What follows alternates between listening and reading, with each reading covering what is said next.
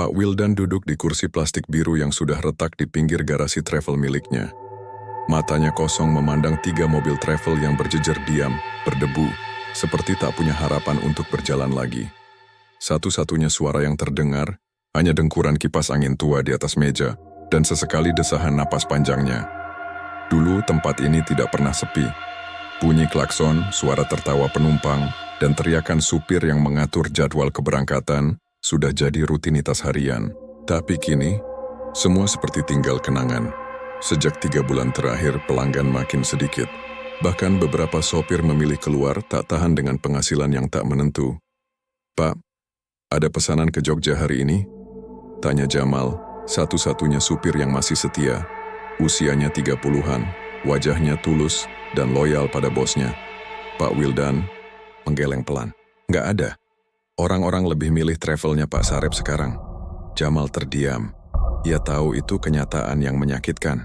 Pak Sarep, pesaing yang dulu hanya punya 1 mobil, kini berkembang pesat. Sistem online booking, armada baru, bahkan promosi lewat media sosial, semua membuat travelnya jadi primadona. Sementara itu, Wildan tetap bertahan dengan cara lama. Tak ada aplikasi, tak ada sistem online, hanya mengandalkan pelanggan lama dan nomor WhatsApp yang mulai sepi. "Pak Sarep memang cerdas ya," celetuk Jamal pelan. "Mungkin kita juga harus coba cara yang lebih modern, Pak." Seketika wajah Wildan berubah. Matanya menyipit. Ia merasa seperti direndahkan. Siapa Jamal? Hanya seorang supir. Tapi berani-beraninya mengatur cara dia menjalankan bisnis. "Enggak, semua harus ngikut zaman," jawab Wildan datar. "Saya tahu apa yang saya lakukan." Jamal menunduk, sadar ucapannya salah waktu. Malam harinya, Wildan duduk di ruang tengah rumahnya, menatap televisi yang menyala tapi tak benar-benar ditonton. Istrinya di dapur, menyiapkan makan malam seadanya. Anak-anaknya sudah tidur, tapi pikirannya tetap berkelana. Ia merasa kalah, terpojok. Tak ada jalan keluar. Ponselnya berbunyi. Sebuah pesan dari grup komunitas travel masuk. "Selamat buat Pak Sarep, cabang baru dibuka di Sleman. Semoga makin sukses." Wildan meremas ponselnya. Jantungnya berdegup. Ia menatap keluar jendela yang gelap. Dalam hatinya, rasa iri mulai membakar. Apa harus pakai cara yang beda? Gumamnya lirih. Beberapa hari berikutnya, sebuah kejadian tak biasa terjadi. Wildan, tanpa bilang siapa-siapa, pergi ke sebuah desa di lereng gunung, tempat yang dulu pernah ia dengar dari cerita sopir-sopir lama. Katanya, di sana ada seorang orang pintar yang bisa membuka jalan bagi orang yang terhimpit rezekinya. Ia menemui seorang pria tua berjubah hitam yang tinggal di rumah reot, dikelilingi patung-patung, batu yang mengerikan, bau kemenyan menyengat, matanya tajam seperti bisa membaca isi kepala orang. "Jalan pintas selalu ada," ucap si pria itu tenang. "Tapi semua harus dibayar. Dengan darah, dengan jiwa." Wildan ragu. Tapi begitu ia pulang dan melihat garasi travelnya tetap kosong, rasa ragu itu perlahan lenyap. Ia tahu siapa yang bisa dijadikan tumbal. Jamal, supir setianya. Orang yang tak punya keluarga dekat, hanya tinggal bersama adiknya yang aneh dan jarang bicara. "Maaf Mal," bisik Wildan dalam hati. Ia pun mulai menyusun rencana. Tabrakan, kecelakaan, seolah semua terjadi alami. Dan dunia tak akan tahu apa yang sebenarnya terjadi. Tapi satu hal yang belum ia sadari, dunia orang mati tak mudah dibohongi. Dan dendam yang ditanam dengan darah akan tumbuh dalam kegelapan. Langit sore itu tampak mendung, seakan tahu bahwa malam nanti akan terjadi sesuatu yang tak biasa. Angin berhembus pelan menyapu garasi travel milik Pak Wildan. Di dalam Jamal sedang mengecek kondisi mobil seperti biasa. Ia tidak tahu bahwa hari itu akan menjadi hari terakhirnya berada di balik kemudi. "Mal," panggil Pak Wildan dari balik pintu kantor. "Besok ada penumpang ke Purwokerto. Kamu berangkat jam 5 pagi, jangan telat." "Siap, Pak," jawab Jamal sambil tersenyum. "Akhirnya ada order juga ya." Wildan hanya tersenyum tipis, padahal dadanya penuh rasa bersalah dan was-was. Malam ini, ia akan melaksanakan rencana keji yang sudah ia pikirkan selama berminggu-minggu. Kecelakaan itu harus terlihat wajar. Tak boleh ada yang curiga. Saat malam makin larut dan Jamal pulang, Wildan masuk ke garasi sendirian. Ia membuka kap mobil yang akan dipakai besok, lalu mengutak-atik sistem pengereman. Ia sudah belajar dari video dan panduan yang diberikan oleh orang tua berjubah hitam itu. Dukun yang ia temui di lereng gunung. Lemahkan tekanan rem depan. Biarkan mobil meluncur saat turunan. Sisanya, biarkan takdir bekerja, kata sang dukun waktu itu. Tangannya gemetar, tapi tekadnya sudah bulat. Ia ingin melihat travelnya kembali berjaya. Ia ingin menyingkirkan semua hambatan. Bahkan jika itu berarti harus mengorbankan nyawa seseorang yang telah mengabdi bertahun-tahun. Selesai mengotak-atik mobil, Wildan menatapnya sejenak. Di dalam dirinya ada bisikan samar, seolah ada yang mengawasi. Tapi ia buru-buru keluar dan mengunci garasi. Pagi harinya, Jamal datang seperti biasa. Ia mengenakan jaket tebal dan membawa termos kopi. "Pak, saya berangkat dulu ya," ucapnya dengan semangat. "Biar nanti pas matahari naik saya udah nyampe tengah jalan." Wildan hanya mengangguk. Tak sanggup berkata apa-apa. Hatinya bergetar. Tapi ia tetap melambai seolah tak ada apa-apa. Mobil pun melaju perlahan meninggalkan garasi. Suara deru mesinnya perlahan menghilang di kejauhan. 3 jam kemudian telepon Pak Wildan berdering. Suaranya panik. "Pak, mobil travelnya kecelakaan di Tanjakan Kaliori. Sopirnya meninggal di tempat." Wildan terdiam. Tangannya lemas. Ponsel hampir jatuh. Jantungnya berdetak kencang antara takut dan lega. "Penumpangnya gimana?" tanyanya pelan. "Luka-luka. 2 dirawat, 1 selamat. Tapi sopirnya..." "Jamal, Pak. Dia..." "Remnya blong," katanya. Mobil langsung nabrak pohon besar. Wildan pura-pura terkejut. Ia langsung menuju lokasi. Di sana sudah ramai orang. Polisi memasang garis kuning, dan warga sekitar berkerumun. Di balik kerumunan itu, terbaring jasad. Jamal tertutup kain putih. Darah masih terlihat membasahi aspal. Seorang warga berbisik, "Ngeri, ya. Padahal jalan itu biasa dilewati." Yang lain menjawab, "Katanya remnya blong. Mobilnya ngeluncur nggak bisa berhenti." Wildan menatap tubuh Jamal. Matanya panas, hatinya seperti dirobek, tapi ia berusaha tetap tegar. Ia harus memainkan peran sebagai bos yang kehilangan pegawai. Dia orang baik. Lirihnya di hadapan semua orang. "Saya nggak nyangka." Beberapa orang menepuk pundaknya. Mereka tak tahu air mata Wildan bukan karena duka, tapi karena takut. Takut akan apa yang akan terjadi setelah ini. Malam harinya, Wildan kembali ke rumah. Travelnya tiba-tiba kebanjiran pesanan. Entah dari mana datangnya, tapi telepon terus berdering. Orang-orang ingin memesan mobil. Bahkan hingga 2 minggu ke depan penuh. "Loh, Pak, kok ramai lagi?" tanya istrinya. "Rezeki mungkin," jawab Wildan cepat. Ia tak ingin banyak ditanya. Tapi malam itu saat Wildan memandangi langit-langit kamar, ia merasa udara di sekitarnya dingin dan berat. Ia mendengar suara ketukan di jendela, padahal semua terkunci. Lalu samar-samar terdengar suara Jamal. "Pak, kenapa saya?" Wildan bangun dengan peluh dingin membasahi wajahnya. Ia melihat jam, pukul 3 pagi. Tapi suara itu masih bergema di telinganya. "Halusinasi," bisiknya. "Cuma pikiran aja." Tapi di luar, di halaman rumah, seseorang sedang berdiri diam. Rian, adik Jamal. Ia menatap rumah Pak Wildan dari balik pagar. Matanya merah, dan bisikan dari alam lain mulai mengisi pikirannya. Ia tahu sesuatu tak wajar terjadi, dan ia akan mencari tahu kebenarannya. "Aku tahu kakakku nggak mati karena kecelakaan." "Biasa." Rian duduk di kursi kayu lapuk depan rumahnya. Malam sudah larut, angin dingin berhembus menusuk kulit. Tapi ia tidak bergeming. Matanya menatap lurus ke kejauhan, ke arah bukit kecil tempat makam baru kakaknya, Jamal, berada. Sudah 3 malam berturut-turut ia bermimpi buruk, mimpi yang sama. Kakaknya datang dengan tubuh penuh darah, mata membelalak dan berkata lirih, "Aku nggak mati wajar, Rian. Aku ditumbalkan." Awalnya Rian pikir itu cuma mimpi orang berduka. Tapi semakin lama, mimpinya semakin nyata. Ia bisa mencium bau darah, merasakan dinginnya aspal, bahkan melihat wajah seseorang berdiri jauh di belakang Jamal. Samar, tapi familiar, wajah Pak Wildan. Sejak kecil, Rian memang bukan anak biasa. Ia dikenal pendiam, penyendiri, dan punya mata ketiga. Ia bisa melihat hal-hal yang tak bisa dijelaskan orang lain. Ibunya dulu bilang, itu warisan dari kakek mereka yang seorang dukun putih. Tapi karena takut dikucilkan, Rian tak pernah bicara tentang kemampuannya, kecuali pada satu orang, Jamal. Dan kini, satu-satunya orang yang ia percaya telah tiada, dalam keadaan mencurigakan.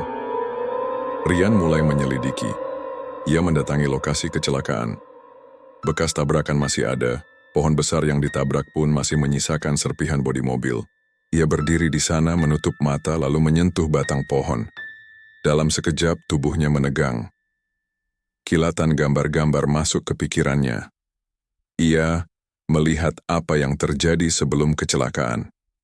Jamal panik. Rem mobil tidak berfungsi. Penumpang berteriak. Dan di antara kabut, ada bayangan hitam duduk di sampingnya tak terlihat oleh siapapun, kecuali Rian. Bayangan itu seperti sesuatu dari dunia lain, bukan manusia. Rian terkejut, ia mundur, napasnya memburu, bukan kecelakaan. Biasa, ini ada unsur gaib, bisiknya. Hari berikutnya Rian datang ke komunitas sopir travel, tempat biasa kakaknya nongkrong. Ia mendengar desas-desus dari beberapa sopir. Lo sadar nggak semenjak Jamal meninggal travelnya Pak Wildan rame lagi? Iya gila, padahal kemarin-kemarin sepi banget. Gua juga ngerasa aneh. Tapi siapa yang berani ngomong? Rian, duduk di pojok diam-diam menyimak. Lalu matanya bertemu dengan seseorang yang dari tadi memperhatikannya. Pak Sarep. Pak Sarep adalah pemilik travel pesaing Pak Wildan. Tapi tidak seperti Wildan, ia orangnya terbuka dan jujur. Ia menyambut Rian dengan ramah. Kamu adiknya Jamal ya? Tanyanya. Rian mengangguk. Kalau kamu merasa ada yang nggak beres, kamu nggak sendiri. Saya juga curiga, kata Pak Sarep.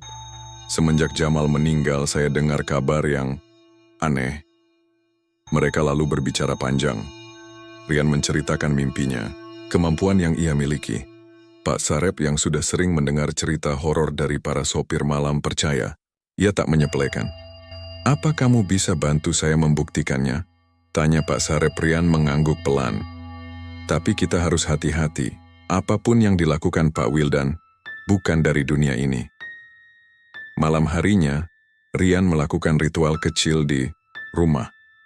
Ia menyalakan dupa, duduk bersila di depan foto kakaknya, dan memejamkan mata. Jam, bantu aku. Tunjukkan kebenarannya. Dalam gelap, sosok Jamal muncul. Matanya kosong, darah masih mengalir dari pelipisnya. Bukan cuma aku, sudah ada sebelum aku. Dia haus, kau harus hentikan Rian. Lalu, suara mengerikan menggema dari sudut ruangan. Sebuah bayangan tinggi, kurus, dan bermata merah menyeringai. Tapi, hanya sekejap lalu menghilang. Rian terbangun dengan napas terengah. Tapi ia tahu satu hal dengan pasti. Pak Wildan telah membuat perjanjian, dan tumbalnya belum berhenti. Di sisi lain kota, Pak Wildan mulai dihantui. Mesin mobilnya mendadak, menyala sendiri. Di kaca spion, ia melihat bayangan Jamal duduk di kursi belakang. Anaknya demam tinggi tanpa sebab, dan berkali-kali menyebut nama Om Jamal dalam tidurnya. Padahal mereka belum pernah akrab. Istrinya mulai merasa rumah mereka dingin, lembab, seperti ada yang mengintai setiap malam. Wildan panik. Ia kembali ke dukun itu. Kenapa ini terjadi? Bukannya semua sudah selesai? Dukun itu hanya tertawa. Kau pikir perjalanan ini bisa berhenti begitu saja? Tumbal tak cukup satu. Kau harus memberi lebih, atau kau sendiri yang akan jadi gantinya. Sementara itu, Rian dan Pak Sarep mulai menyusun rencana. Mereka akan membuka kedok Wildan, tapi mereka juga harus siap menghadapi sesuatu yang bukan dari dunia manusia. Karena dalam dunia pesugihan, yang mati tidak akan diam.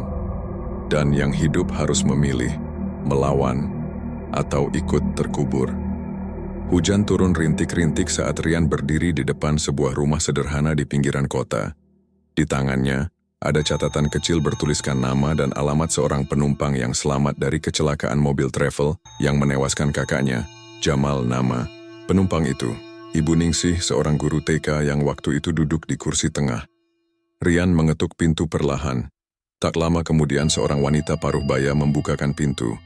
Wajahnya pucat, rambutnya sedikit acak-acakan, dan ada bekas lingkaran hitam di bawah matanya, seperti orang yang tak tidur berhari-hari. "Permisi, Ibu. Saya Rian. Adiknya Jamal, supir yang waktu itu meninggal," ucap Rian hati-hati. "Ibu." Ningsih terlihat terkejut tapi kemudian membuka pintu lebih lebar. "Masuklah, Nak. Saya juga ingin bicara." Rian duduk di ruang tamu yang sunyi. Tidak ada suara televisi, tidak ada anak-anak, hanya suara detak jam dinding dan hujan di luar jendela. "Saya belum tenang sejak hari itu," kata Ibu Ningsih perlahan. "Saya ingat semuanya. Terlalu jelas." Dengan suara bergetar, Ibu Ningsih mulai bercerita. Hari itu Jamal mengemudi seperti biasa. Cuaca cerah, lalu lintas lancar. Tapi ketika mobil mulai menanjak di daerah Kaliori, tiba-tiba udara di dalam kendaraan berubah dingin. "Bukan karena AC, tapi seperti hawa dingin dari dalam gua. Saya lihat Jamal mengerutkan dahi," ujar Ibu Ningsih. Lalu dia bilang, "Kok remnya aneh ya?" Dia mulai panik. Kemudian Ibu Ningsih menoleh ke kursi paling belakang. Di sana duduk seseorang. Pria tinggi, kurus, berjaket gelap, memakai topi. Wajahnya tidak terlihat jelas. "Saya ingat, betul. Dia tidak naik dari awal," kata Ningsih sambil gemetar. "Tapi tahu-tahu, sudah ada di sana. Diam, tidak bergerak." Rian menatapnya tajam. "Ibu yakin itu orang?" Ibu Ningsih menggeleng. "Saya yakin bukan." Matanya merah. "Dan waktu mobil menabrak pohon, dia menghilang." Cerita itu membuat bulu kuduk Rian berdiri. Sosok yang dilihat Ningsih persis seperti bayangan yang ia lihat dalam penglihatan saat menyentuh pohon di lokasi kecelakaan. Sosok itu bukan manusia. Itu makhluk gaib, penagih tumbal dari perjanjian pesugihan. "Kakak saya tahu dia akan mati," gumam Rian lirih. "Ibu." Ningsih menatap Rian. "Saya rasa begitu. Beberapa menit sebelum kecelakaan, Jamal sempat berkata, 'Kalau saya nggak pulang, titip salam sama adik saya. Bilang, jangan percaya sama Pak Wildan.'" Darah Rian seolah berhenti mengalir. Itu bukan pesan biasa. Itu peringatan. Sore itu juga, Rian kembali ke rumah Pak Sarep. Ia membawa kabar buruk dan bukti kuat bahwa pesugihan Pak Wildan memang benar-benar terjadi. "Saya nggak akan diam, Pak," kata Rian. "Saya akan bongkar semuanya." Pak Sarep mengangguk. "Tapi kita harus hati-hati. Pak Wildan bukan orang biasa lagi. Kalau dia sudah melakukan perjanjian, pasti ada batas waktu. Dan kalau batas itu makin dekat, dia bisa nekat melakukan apapun untuk bertahan." Rian tahu itu benar. Dalam dunia pesugihan, satu tumbal tak pernah cukup. Makhluk gaib penagih janji akan terus meminta jiwa demi jiwa hingga semua lunas. Dan sekarang Wildan sedang kehabisan waktu. Sementara itu, di rumahnya yang besar tapi kini terasa sempit, Pak Wildan mulai kehilangan kendali. Istrinya jatuh sakit tiba-tiba. Anaknya yang kecil menggambar sosok hitam tinggi bermata merah di dinding kamar, sambil menyanyi lagu aneh yang tidak pernah diajarkan siapapun. Setiap malam, Wildan mendengar langkah kaki di lorong. Padahal rumah itu hanya dihuni mereka bertiga. Teleponnya sering berbunyi, tapi tidak ada suara di ujung sana. Hanya bisikan yang makin lama makin jelas. "Tumbal belum cukup, tumbal belum cukup." Panik, Wildan kembali menemui dukun pesugihannya. Tapi kali ini, rumah si dukun kosong. Gelap, seperti tidak pernah ada siapapun yang tinggal di sana. "Tidak mungkin," gumam Wildan. Ia sadar, sekarang ia sendirian. Dan di saat yang sama, Rian mulai menyusun langkah terakhir. Ia menghubungi dua mantan supir yang dulu keluar karena curiga dengan perubahan sikap Pak Wildan. Ia mengumpulkan kesaksian, bukti, dan bahkan mencoba mendekati media lokal. Tapi ia tahu, perlawanan ini tak cukup dengan logika. Ia harus masuk ke jalur spiritual. Ia harus menghadapi makhluk yang telah dibawa Wildan ke dunia nyata. "Malam Jumat besok," kata Rian pada Pak Sarep, "saya akan ke lokasi kecelakaan. Di sana, Semuanya dimulai. Di sana juga harus diakhiri. Pak Sarep menepuk pundaknya. Kamu nggak sendirian, Rian. Kakakmu akan bantu dari sisi lain. Rian tersenyum tipis. Dalam hatinya ia sudah siap. Ini bukan sekadar menuntut keadilan. Ini perang antara manusia dan sesuatu yang lebih gelap dari neraka. Malam Jumat tiba. Langit kelabu, angin berhembus seperti desahan orang yang kelelahan. Dan suara jangkrik berhenti tiba-tiba ketika jam menunjukkan pukul setelah usulin dini hari. Rian berdiri di tengah jalan, tepat di lokasi kecelakaan kakaknya Jamal. Pohon besar yang ditabrak mobil travel itu masih kokoh berdiri. Batangnya hitam terbakar sebagian, bekas-bekas darah yang dulu tercecer kini sudah hilang. Tapi energi tempat itu masih pekat, seolah menyimpan dendam. Di tangannya, Rian memegang sebotol air doa dan segenggam bunga 7 rupa. Di pundaknya tergantung tas kecil berisi dupa, garam kasar, dan foto Jamal. Ia tak sendiri malam itu. Pak Sarep menemaninya dari dalam mobil, bersama 2 mantan sopir travel yang dulu pernah bekerja untuk Pak Wildan, Mas Andi, dan Pak Joe. Kalau kau merasa ada yang aneh, jangan masuk terlalu dalam, pesan Pak Sarep. Rian hanya mengangguk. Saya harus selesaiin ini, Pak. Kalau enggak, korban bakal terus nambah. Ritual dimulai.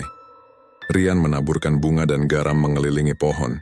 Ia duduk bersila, menyalakan dupa dan membaca doa dalam hati. Matanya tertutup. Dunia seolah mendadak sunyi. Bahkan angin pun tak berani berhembus. Tiba-tiba, ada suara ranting patah. Matanya masih tertutup, tapi tubuhnya terasa dingin. Nafasnya berat. Kemudian terdengar suara, pelan tapi jelas di telinganya. Kau bukan bagianku, pergi. Tapi Rian tetap fokus. Ia menggenggam erat foto Jamal. Kalau kau di sini, Kak, bantu aku. Tunjukkan siapa dalangnya. Saat itu juga, dunia seperti bergeser. Mata Rian terbuka. Tapi ia tak lagi di jalan. Ia berada dalam lorong gelap, sempit, dan panjang. Dindingnya berdenyut seperti jantung. Suara-suara tangisan samar terdengar dari segala arah. Di ujung lorong terlihat sesosok pria berdiri, membelakanginya. Rian melangkah pelan. Semakin dekat, ia tahu, itu Jamal. Kak, Jamal menoleh. Wajahnya tenang, tapi matanya merah. Luka di kepalanya masih terlihat. Aku bukan satu-satunya tumbal, Rian. Sebelum aku, ada 2 sopir lain. Mereka juga dihilangkan dalam kecelakaan yang dimanipulasi. Semua demi Pak Wildan. Rian menggertakkan gigi. Aku tahu, tapi aku perlu bukti kuat.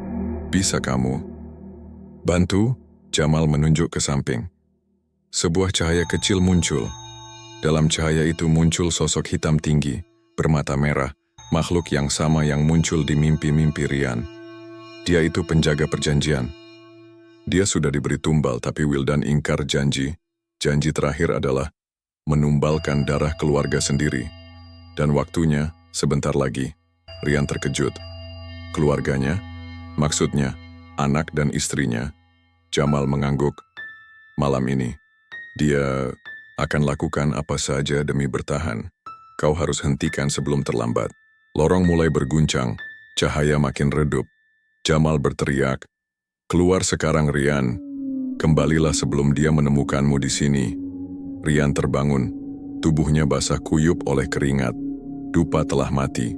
Di sekelilingnya, angin berputar kencang. Dan dari balik bayang pohon muncul sosok tinggi dengan mata merah menyala.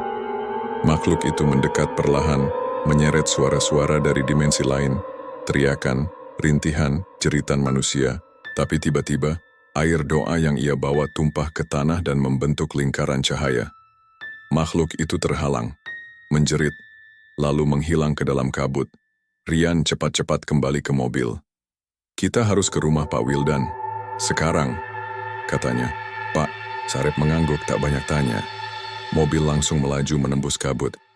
Di rumah Pak Wildan keadaan sudah kacau, istrinya pingsan.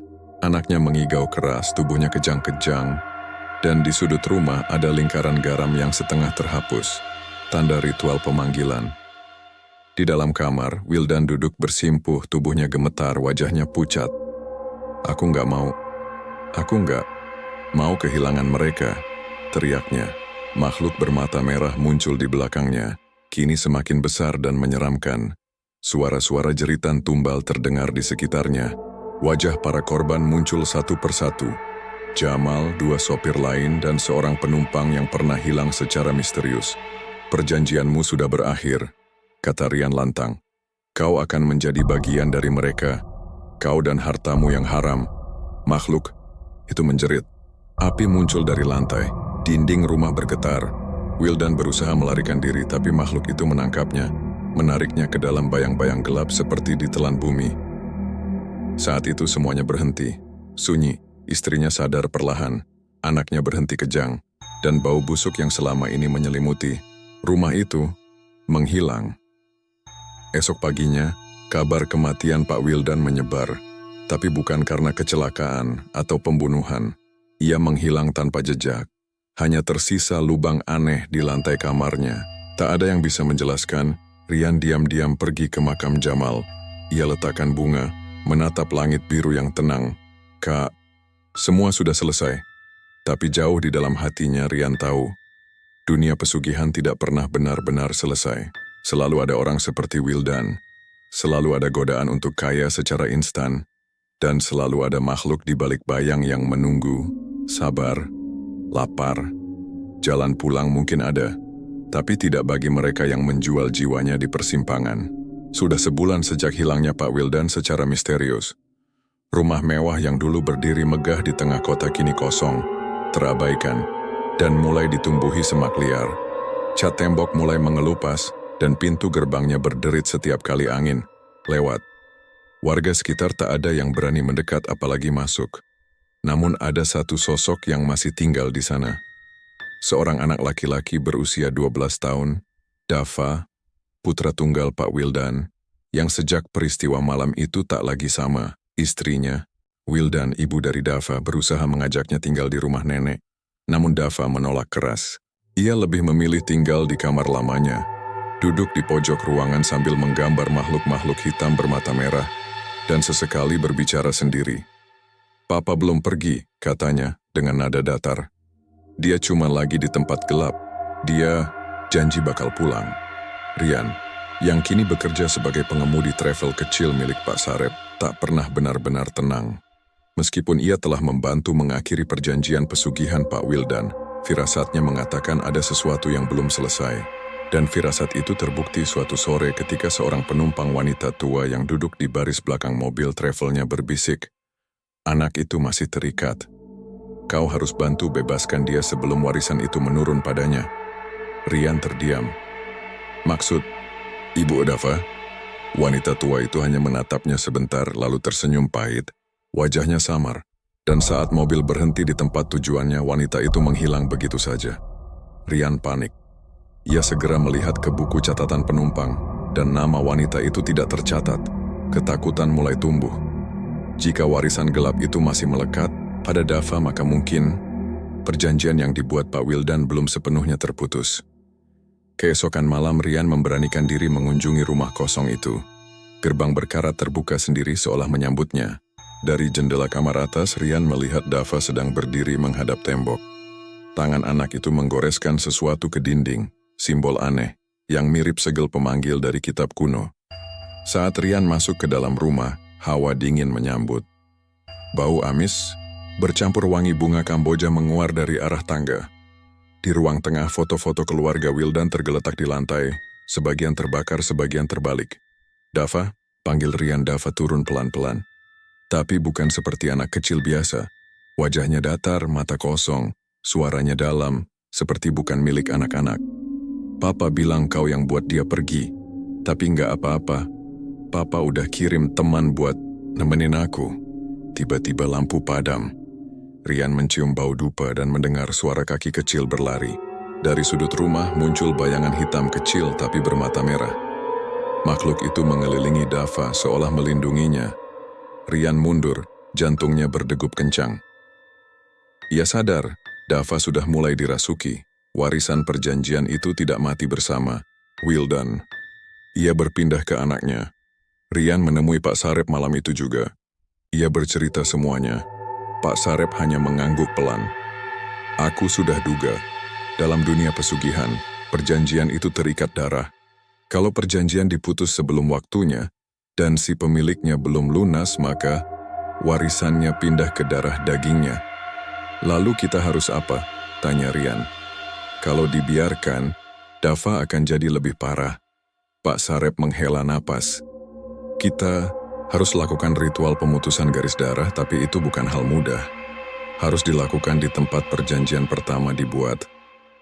Dan Dava harus ikut.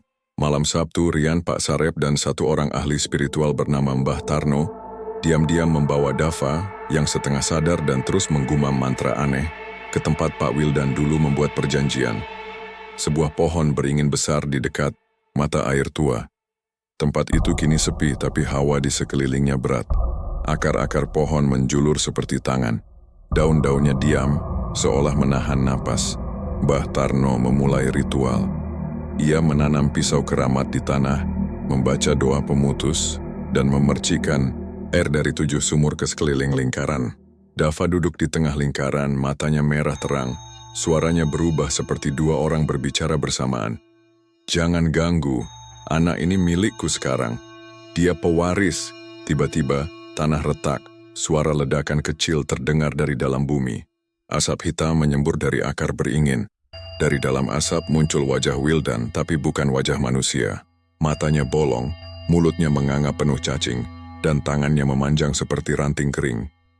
Aku sudah serahkan nyawa. Jangan rampas warisanku. Raungnya. Rian berteriak. Kau sudah kalah, Wildan. Ini bukan milikmu lagi. Dengan seluruh kekuatan, Mbah Tarno memercikan air terakhir ke arah Dava. Jeritan melengking terdengar. Bayangan Wildan terbakar. Makhluk hitam di sekitar Dava mencair seperti malam ditelan fajar. Dava pingsan, tubuhnya lunglai. Saat itu juga langit berubah terang.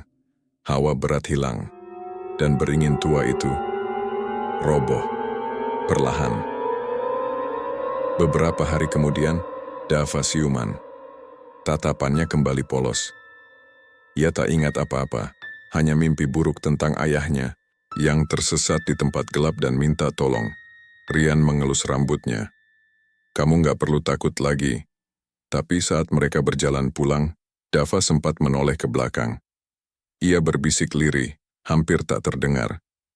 Tapi, aku masih bisa dengar suara papa di mimpi.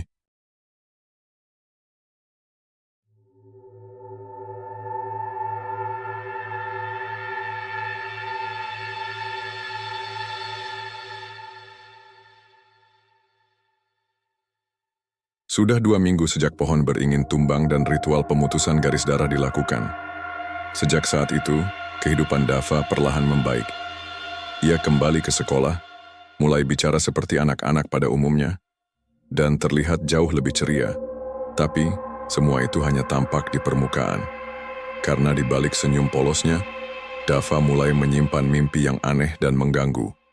Setiap malam, mimpi itu datang dengan pola yang sama. Dava berada di sebuah lorong gelap panjang yang tak berujung, di mana dindingnya dipenuhi cakar dan bisikan pelan memanggil namanya. Di ujung lorong itu ada sosok hitam tinggi yang berdiri membelakanginya. Sosok yang sangat mirip ayahnya. Dava, sini nak, papa kedinginan. Suatu malam Dava terbangun dari tidurnya dengan tubuh menggigil. Ibunya panik, memeluknya sambil menangis. Kamu mimpi buruk lagi, sayang. Dava hanya mengangguk lalu berkata pelan, Papa belum pergi, Bu. Dia kedinginan. Dia bilang aku bisa bantu dia keluar. Ibunya merinding. Segera ia menghubungi Rian, menceritakan perubahan Dava belakangan ini.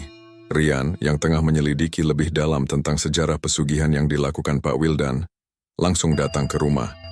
Saat bertemu Dava, anak itu menatap Rian dengan mata penuh harap. Om Rian, aku harus bantu Papa. Dia bilang hanya aku yang bisa buka pintunya. Rian mengernyit. Pintu apa, Dav? Pintu di bawah rumah. Rian merasa aneh.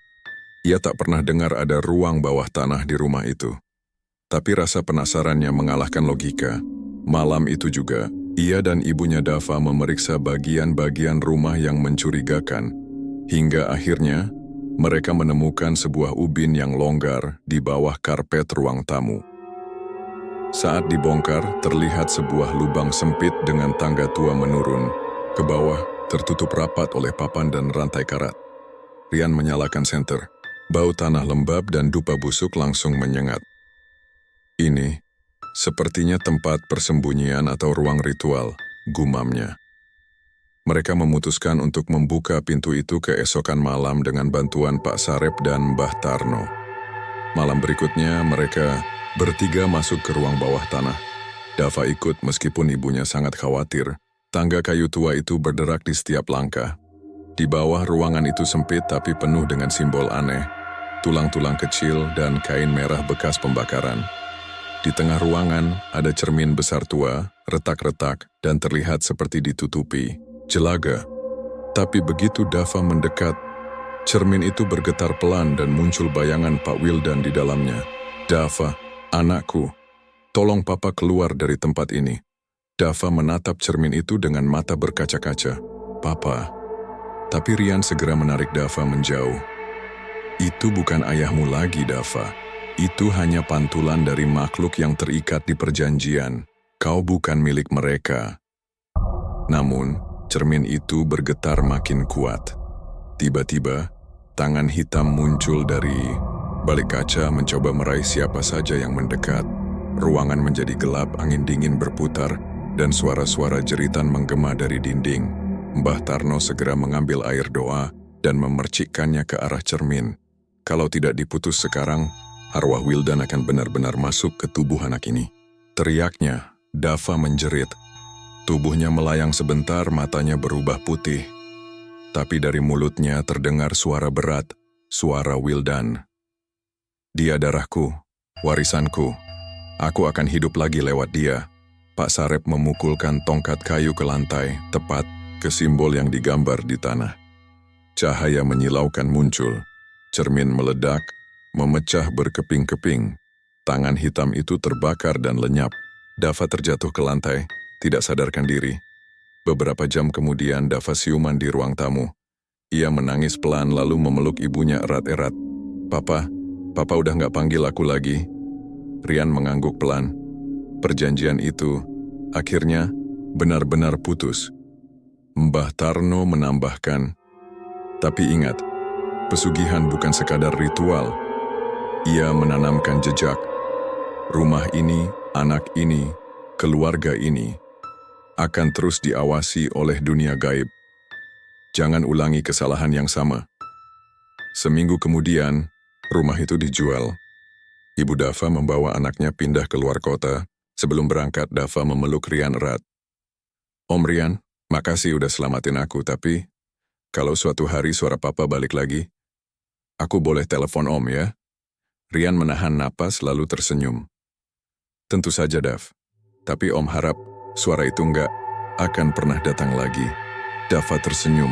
Tapi saat ia naik ke mobil, matanya sempat melirik kaca spion dan Rian melihat jelas bayangan seorang pria berdiri di kejauhan, tersenyum samar ke arah anak itu, lalu menghilang. 2 bulan telah berlalu sejak Dava dan ibunya pindah ke luar kota. Rumah tua Pak Wildan telah dijual ke seorang pengusaha luar daerah dan dikosongkan sementara untuk renovasi. Kehidupan di dunia travel kembali normal. Atau setidaknya, itulah yang semua orang pikirkan. Namun, kejadian aneh mulai muncul di rute travel milik Pak Sarep, sopir travel bernama Bang Ujang, yang menggantikan posisi Rian sementara waktu, mulai merasakan keganjilan. Ia merasa sering diikuti oleh kendaraan tak dikenal saat menyetir malam hari. Mobil itu selalu terlihat samar, seakan kabur dan tembus cahaya, tapi lampu depannya terang menyilaukan. Awalnya, Bang Ujang mengira itu halusinasi, tapi ketika penumpang-penumpangnya mulai menghilang secara misterius, ia tahu ini bukan kejadian biasa. Suatu malam saat menjalankan rute dari Terminal Jati ke Kota Lama, Bang Ujang membawa 3 penumpang, 2 ibu-ibu, dan 1 pria paruh baya. Semua berjalan lancar hingga mobil melewati tikungan di dekat bekas rumah Pak Wildan. Tiba-tiba, AC mobil mati sendiri, Radio berbunyi sendiri memutar lagu Jawa kuno yang menyeramkan, dan cermin spion retak tanpa sebab. Bang Ujang menoleh ke belakang untuk menenangkan penumpang. Tapi hanya 2 penumpang yang tersisa. Si pria paruh baya di baris belakang menghilang tanpa jejak. Mobil langsung ia hentikan di pinggir jalan. "Ibu-ibu, tadi lihat bapak yang duduk di belakang?" Tanyanya gemetar. Kedua ibu itu bingung. "Loh, dari tadi cuma kami berdua kok, Bang." Jantung Bang Ujang berdetak kencang. Ia yakin ada 3 orang saat berangkat. Keesokan harinya Bang Ujang datang ke rumah Pak Sarep, mukanya pucat, matanya merah karena kurang tidur. "Pak, saya ngerasa perjanjian Pak Wildan itu belum selesai. Ada yang numpang, tapi bukan manusia." Pak Sarep mendengarkan dengan serius. Ia mengangguk pelan. Dulu waktu Wildan buat pesugihan, dia minta kekayaan lewat bisnis travel. Tapi ada yang luput dari perhatian kita. Apa itu? Makhluk yang dikorbankan waktu perjanjian itu dibayar dengan nyawa penumpang. Bukan cuma supir, tapi siapapun yang ikut di jalur perjanjiannya.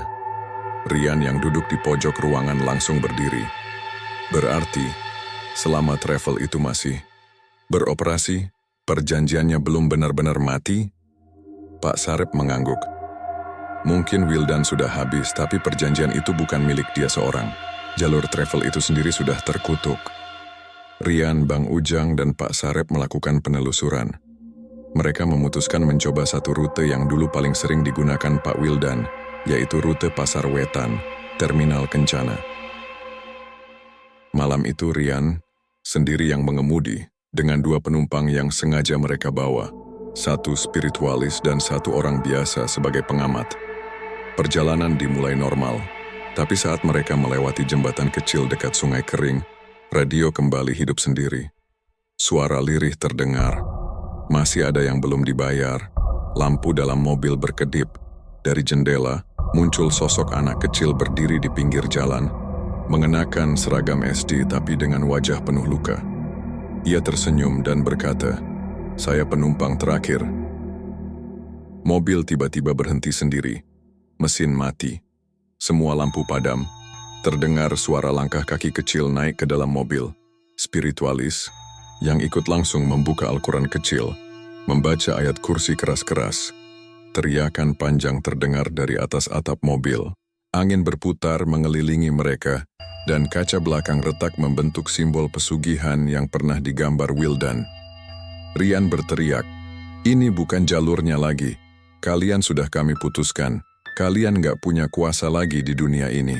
Spiritualis menyiramkan air ruqyah di semua sudut mobil. Cahaya terang tiba-tiba menyilaukan, dan sosok anak kecil itu lenyap di udara, meninggalkan bau anyir yang menguar. Radio mati. Mesin hidup lagi. Mereka semua menarik napas lega, tapi sebelum beranjak, spiritualis itu berkata pelan, "Kalian harus hentikan semua operasional travel yang pernah dipakai oleh Wildan, atau kejadian ini akan terus berulang, dan makin lama makin kuat." Malam itu Pak Sarep memutuskan menonaktifkan semua armada yang pernah digunakan Wildan. Mobil-mobil itu dijual, dibakar, atau disumbangkan ke pesantren untuk dibersihkan dan dipakai untuk hal yang lebih baik. Sejak itu, tidak ada lagi kejadian aneh. Jalur-jalur yang dulu keramat menjadi tenang.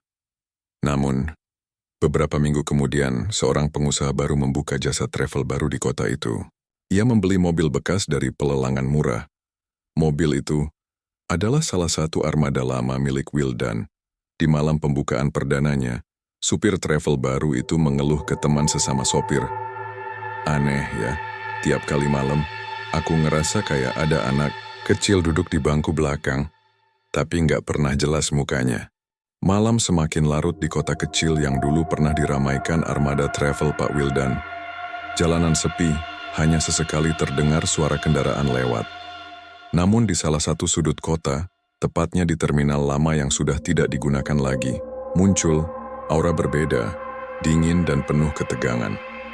Sejak kejadian mengerikan di rute travel yang dulu milik Wildan, banyak sopir travel mulai menghindari terminal itu. Mereka bilang, ada suara tangisan dan bisikan yang tak bisa dijelaskan, sering terdengar di sudut-sudut gelap terminal. Salah satu sopir bernama Joko Baru saja mulai kerja di sebuah agen travel kecil. Malam itu, ia mendapatkan giliran mengantar penumpang terakhir, seorang wanita tua misterius yang duduk diam di kursi tunggu. Wanita itu tak banyak bicara, hanya menatap kosong ke arah parkiran mobil. Saat Joko mulai mengemudi, suasana berubah aneh. Radio mobil tiba-tiba menyala sendiri, memutar lagu lama yang tidak dikenali. Lampu kabin berkedip-kedip. Wanita tua itu diam membeku, tatapannya kosong seperti tidak ada di dunia nyata. Di tengah perjalanan, tepat melewati jembatan tua dekat terminal, wanita itu berbisik dengan suara serak. Dia masih di sana menunggu keadilan. Joko menoleh ke belakang, tapi kursi penumpang kosong. Ia terkejut dan hampir kehilangan kendali, tapi mobil berhenti secara otomatis. Dari kaca spion, Joko melihat sosok seorang pria dengan pakaian lusuh. Berdiri di pinggir jalan, wajahnya penuh luka dan darah kering. Matanya memandang Joko tajam. Pria itu membuka mulut seolah ingin bicara, tapi hanya keluar suara seram seperti erangan panjang. Joko ketakutan, mencoba menyalakan mesin, tapi mobil tetap mati. Tiba-tiba, sosok itu menghilang, digantikan oleh bisikan halus yang membuat bulu kuduk merinding. Keadilan. Keadilan. Keesokan harinya, Joko menceritakan pengalaman mengerikannya kepada Pak Sarep dan Rian. Pak Sarep mendengarkan dengan serius dan berkata, "Arwah itu mungkin salah satu dari korban yang dulu jadi tumbal pesugihan Wildan. Mereka yang nyawanya diambil tanpa ampun, tapi tidak mendapatkan ketenangan." Rian menambahkan, "Kalau begitu kita harus cari tahu siapa dia dan apa yang sebenarnya terjadi pada pria itu." Mereka memulai penyelidikan di terminal tua itu. Dari cerita penduduk dan dokumen lama, mereka menemukan nama pria itu. Pak Jatmiko, seorang supir travel yang hilang beberapa tahun lalu saat mengantar penumpang di rute yang sama. Jatmiko dikabarkan mengalami kecelakaan misterius yang sampai sekarang tidak ada yang tahu penyebabnya. Keluarganya juga tidak pernah mendapatkan penjelasan yang jelas. Banyak yang menduga kematiannya berhubungan dengan pesugihan yang dilakukan Wildan. Malam berikutnya, Pak Sarep, Rian, dan Joko kembali ke terminal dengan perlengkapan spiritual. Mereka ingin memanggil arwah Jatmiko dan mencoba menuntaskan urusan yang belum selesai. Setelah ritual dimulai, angin dingin berhembus kencang. Suara bisikan memenuhi udara, dan perlahan muncul sosok pria berlumuran darah di tengah lingkaran doa. Jatmiko berbicara dengan suara parau, "Aku tidak ingin berdiam di sini. Nyawaku direnggut tanpa sebab. Aku ingin keadilan agar aku bisa tenang." Pak Sarep bertanya, "Apa yang kau inginkan, Pak Jatmiko? Apa yang bisa kami lakukan?" Jatmiko menatap dalam, lalu berkata, "Cari dokumen rahasia. Kontrak yang Wildan tanda tangani. Buktikan kejahatan itu pada dunia. Aku baru bisa pergi kalau orang-orang tahu kebenaran ini." Mereka pun bertekad menggali dokumen lama yang tersimpan di kantor travel milik Wildan, yang kini sudah terbengkalai. Setelah berhari-hari mencari, mereka menemukan sebuah map tua berisi catatan dan kontrak yang sangat rahasia. Di sana tertulis detail tentang perjanjian gelap Wildan dengan makhluk gaib, termasuk pengorbanan nyawa para supir dan penumpang yang dipaksa. Dokumen itu mereka bawa ke polisi dan media lokal. Beberapa minggu kemudian, berkat keberanian Pak Sarep dan Rian, kisah gelap itu terbongkar ke publik. Keluarga para korban mulai mendapatkan pengakuan dan dukungan. Arwah Jatmiko pun, di malam yang tenang, muncul untuk terakhir kalinya di terminal tua. Kali ini, wajahnya damai, tidak lagi berdarah atau menakutkan. Sebelum menghilang, ia berkata, pelan, "Terima kasih telah memberi aku keadilan. Aku bisa beristirahat sekarang." Terminal tua itu kini menjadi tempat peringatan bagi para korban yang dulu terperangkap dalam pesugihan dan kejahatan gelap. Dan di antara bisikan angin malam, ada pesan yang tetap bergema. Jangan pernah mencari kekayaan dengan cara yang salah, karena harga yang dibayar bukan hanya materi, tapi nyawa dan ketenangan abadi.